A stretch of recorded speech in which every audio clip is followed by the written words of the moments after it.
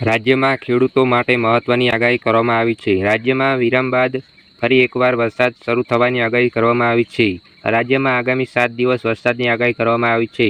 17 થી 20 ઓગસ્ટ સુધી વરસાદ થવાની સંભાવનાઓ છે. રાજ્યમાં આજે છૂટાછવાયા વરસાદની આગાહી કરાઈ છે. રાજ્ય તરફ upper air cyclonic circulation system સક્રિય થયું છે. વરસાદી સિસ્ટમ સક્રિય થતાં વરસાદનું જોર વધશે. આજે રાજ્યમાં હળવા વરસાદની આગાહી કરવામાં આવી છે. અપર એર સાયક્લોનિક સર્ક્યુલેશનની સિસ્ટમ સક્રિય થતાં વરસાદની આગાહી કરવામાં આવી છે. નવસારી, વલસાડ, તાપી, ડાંગ અને દમણ અને દાદરાનગર હવેલીમાં હળવા વરસાદની આગાહી કરવામાં આવી છે. આગામી 17 અને 19 ઓગસ્ટે રાજ્યમાં ગાજવીજ સાથે વરસાદની શક્યતાઓ છે. અમદાવાદ અને ગાંધીનગરમાં હળવા વરસાદની આગાહી કરવામાં આવી છે.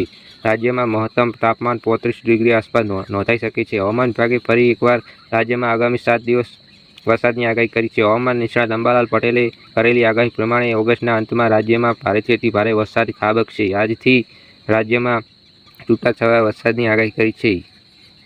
16 ઓગસ્ટ સુધી સામાન્યથી મધ્યમ વરસાદની આગાહી કરવામાં આવી છે. 17 ઓગસ્ટથી વધુ એક વરસાદી સિસ્ટમ સક્રિય થતાં ભારે વરસાદ થશે. 18 થી 20 ઓગસ્ટ સુધી રાજ્યમાં ભારે વરસાદ થવાની અંબાલાલ પટેલે આગાહી કરી છે. બંગાળના ઉપસાગરમાં વરસાદી સિસ્ટમ સક્રિય થશે. આ વિસ્તારોમાં આજે હળવાથી મધ્યમ વરસાદની આગાહી કરવામાં આવી છે.